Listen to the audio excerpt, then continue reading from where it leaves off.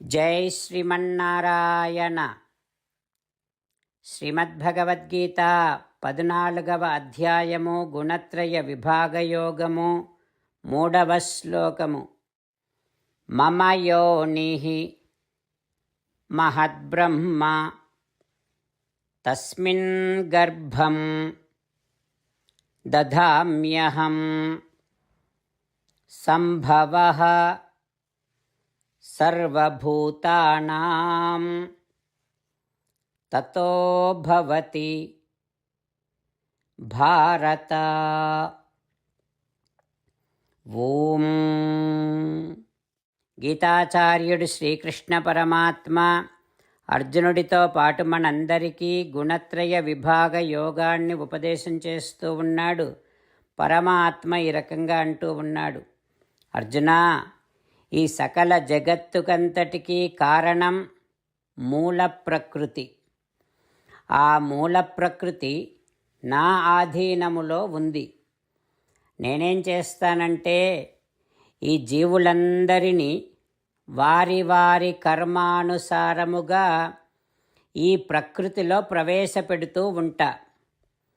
ఈ రకంగా కారణావస్థలో ఉన్నప్పుడు, అంటే నామరూప విభాగము లేనటువంటి అవస్థలో ఉన్నప్పుడు ఈ జీవులందరినీ ఆ ప్రకృతిలో ఉంచటము వలన, ఆ రెంటిని కలపటం వలన ఈ సకల ప్రాణులన్నీ కూడా పుడుతూ ఉన్నాయి అంటూ శ్రీకృష్ణ భగవానుడు తానే జీవులందరినీ, అంటే మనందరినీ మన కర్మానుసారముగా ప్రకృతిలో ప్రవేశపెడుతూ ఉండటం వలనే సకల ప్రాణులన్నీ పుడుతూ ఉన్నాయి అంటూ స్పష్టపరుస్తూ ఉన్నాడు. పరమాత్మ ఉపదేశాన్ని మనసారా భావన చేస్తూ మనము, అంటే జీవులమంతా ఆ పరమాత్మ ఆధీనములోనే ఉన్నటువంటి వారమని, ప్రకృతి కూడా ఆ పరమాత్మ ఆధీనములోనే ఉన్నటువంటిది అనేటటువంటి వాస్తవాన్ని గ్రహిస్తూ శ్రీమన్నారాయణుడిని పొందటమే లక్ష్యముగా పెట్టుకొని శ్రీమన్నారాయణుడిని మాత్రమే శరణు వేడుకుంటూ పరమాత్మ పలికిన పలుకులను అదేవిధంగా పలికే ప్రయత్నం చేద్దాం. మమ యోనిర్మహద్బ్రహ్మ తస్మిన్ గర్భం దధామ్యహం సంభవః సర్వభూతానాం తతో భవతి భారత. అంతేకాకుండా మనం ప్రతిరోజు శ్రీమన్నారాయణుడికి ఒక 8 పనులు చేస్తాం అని మాట ఇద్దాం. ఎందుకంటే శ్రీకృష్ణ భగవానుడు 18వ అధ్యాయములో 65 నుండి 70వ శ్లోకాల ద్వారా శ్రీమద్భగవద్గీత అంతటికీ సారభూతముగా మనకు 8 పనులు చేయమని చెప్పాడు. అలా చేస్తే చాలు, నేను మిమ్మల్ని అన్ని విధాలుగా రక్షిస్తా అని ప్రమాణపూర్వకముగా ప్రతిజ్ఞ కూడా చేశాడు. అందుకని శ్రీమద్భగవద్గీతను అంతటినీ విన్న తర్వాత అర్జునుడు కూడా చివరకు కరిష్యే వచనం తవ, కృష్ణ నువ్వు చెప్పినట్టే చేస్తా అని అన్నాడు. కనుకనే భగవానుడు అర్జునుడికి అన్ని విధాల విజయాన్ని అందించాడు. మనం కూడా ప్రతిరోజు శ్రీమన్నారాయణుడికి ఆ రకంగానే మాట ఇద్దాం.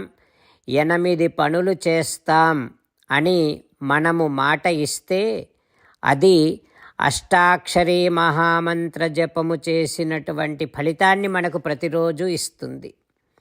ఇట్లా మాట ఇవ్వటం కంటే గొప్ప పూజ, యజ్ఞము, తపస్సు మరొక్కటి లేనే లేదు.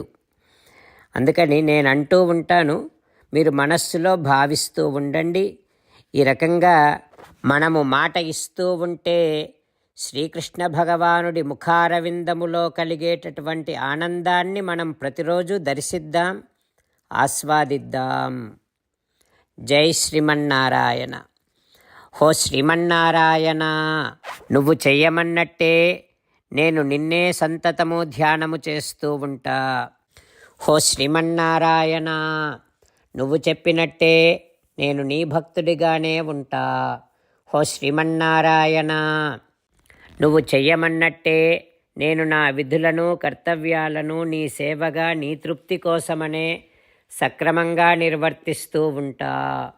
ఓ శ్రీమన్నారాయణ, నువ్వు చెప్పినట్టే నేను నీవాడిని అనే మహావిశ్వాసముతో నీకే నమస్కరిస్తూ ఉంటా.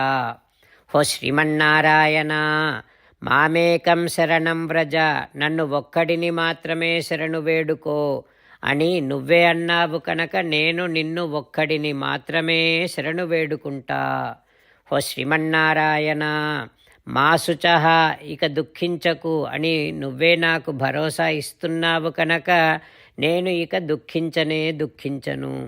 ఓ శ్రీమన్నారాయణ, నువ్వు చెప్పినట్టే నువ్వు నా కోసమని అనుగ్రహించినటువంటి శ్రీమద్భగవద్గీతను ప్రతిరోజు కనీసము ఒక్క శ్లోకాన్నైనా జ్ఞాపకం చేసుకుంటూ శ్రీమద్భగవద్గీతను అనుసంధానము చేస్తూ ఉంటా.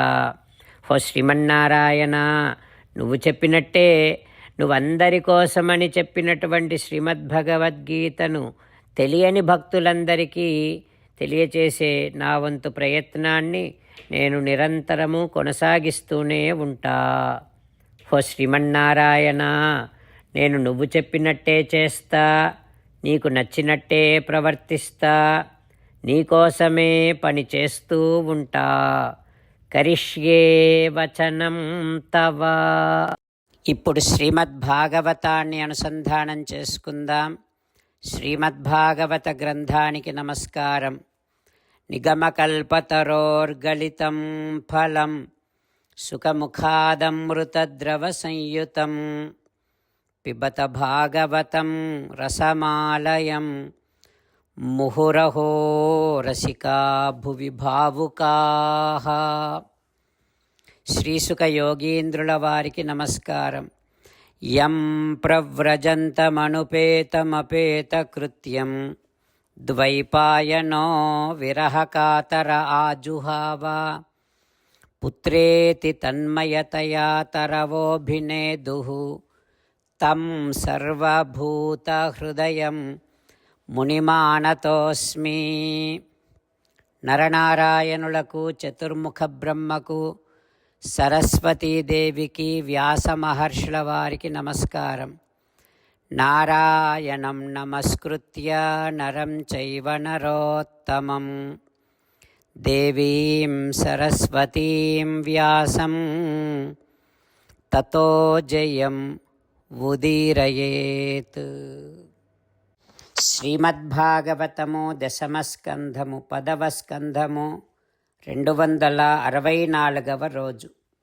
సూత మహానుభావుడు శౌనకాది మహర్షులందరికీ ప్రవచనం చేస్తూ ఈ రకంగా చెబుతూ ఉన్నాడు. ఓ మహర్షులారా, శ్రీసుఖ యోగీంద్రుల వారు పరీక్షిన్నరేంద్రుడికి శ్రీమద్భాగవతాన్ని ఉపదేశం చేస్తూ ఇలా చెబుతూ ఉన్నాడు. ఓ పరీక్షిన్నరేంద్ర, శ్రీకృష్ణ భగవానుడు తన అన్న బలరామునితో తన మిత్రులతో పాటు వనవిహారము చేస్తూ ఉంటే ఒకచోట బలరాముడు చాలా అలసిపోయాడు.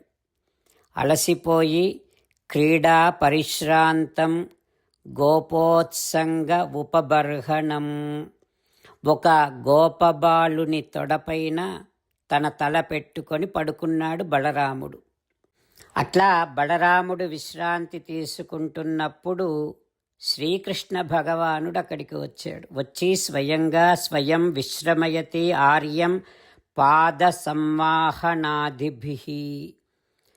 ఆ బలరాముడి యొక్క, తన అన్న బలరాముడి యొక్క పాదములను ఒత్తుతూ కృష్ణ భగవానుడు బలరాముడికి సేవ చేసి అతని అలసటను పోగొడుతూ ఉన్నాడు. సరే, ఇక గోపాలురందరూ ఆడుతున్నారు, పాడుతున్నారు, విహరిస్తూ ఉన్నారు. అట్లా ఆడుతూ పాడుతూ ఉండేటటువంటి గోపాలులను చూసి బలరామకృష్ణులు నవ్వుతూ వారిని పొగుడుతూ ఉన్నారు. బాగా ఆడుతున్నారు, బాగా పాడుతున్నారు అంటూ పొగడటం మొదలుపెట్టారు. ఇక అట్లా ఆడుతూ ఆడుతూ కృష్ణ భగవానుడు గోవులను మేపుతూ ఉన్నాడు. అట్లా మేపుతూ ఉంటే అవి దూరంగా పోతూ ఉంటే వాటిని అందమైనటువంటి పేర్లతో బహుసుందరంగా పిలుస్తూ ఉన్నాడు కృష్ణుడు.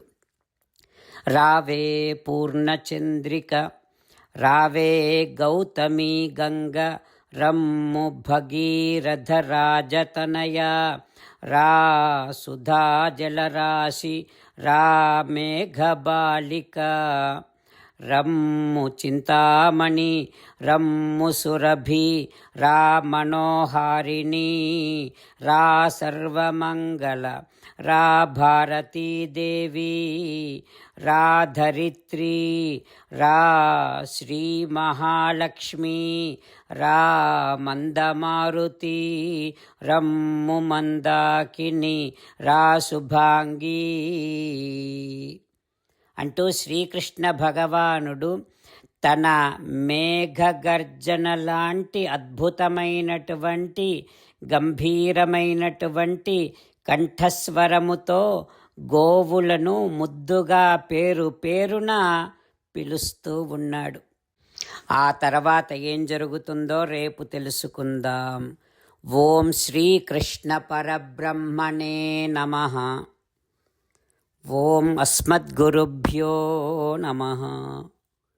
ముకుందమాల. కృష్ణో రక్షతు నో జగత్రయ గురుః, కృష్ణం నమస్యామ్యహం. కృష్ణే నామరశత్రవో వినిహతాః, కృష్ణాయ తస్మై నమః. కృష్ణాదేవ సముత్థితం జగదిదం, కృష్ణస్య దాసోऽస్మ్యహం. కృష్ణే తిష్టతి విశ్వమేతదఖిలం, హే కృష్ణ సంరక్ష మాం. శ్రీమద్భగవద్గీత 14వ అధ్యాయము 3వ శ్లోకము. మమ యోనిర్మహద్బ్రహ్మ తస్మిన్ గర్భం దధామ్యహం, సంభవః సర్వభూతానాం తతో భవతి భారత. మమ యోనిర్మహద్బ్రహ్మ తస్మిన్ గర్భం దధామ్యహం, సంభవః సర్వభూతానాం తతో భవతి భారత. శ్రీమన్నారాయణ కరిష్యే వచనం తవ. సర్వం శ్రీకృష్ణార్పణమస్తు. జై శ్రీమన్నారాయణ.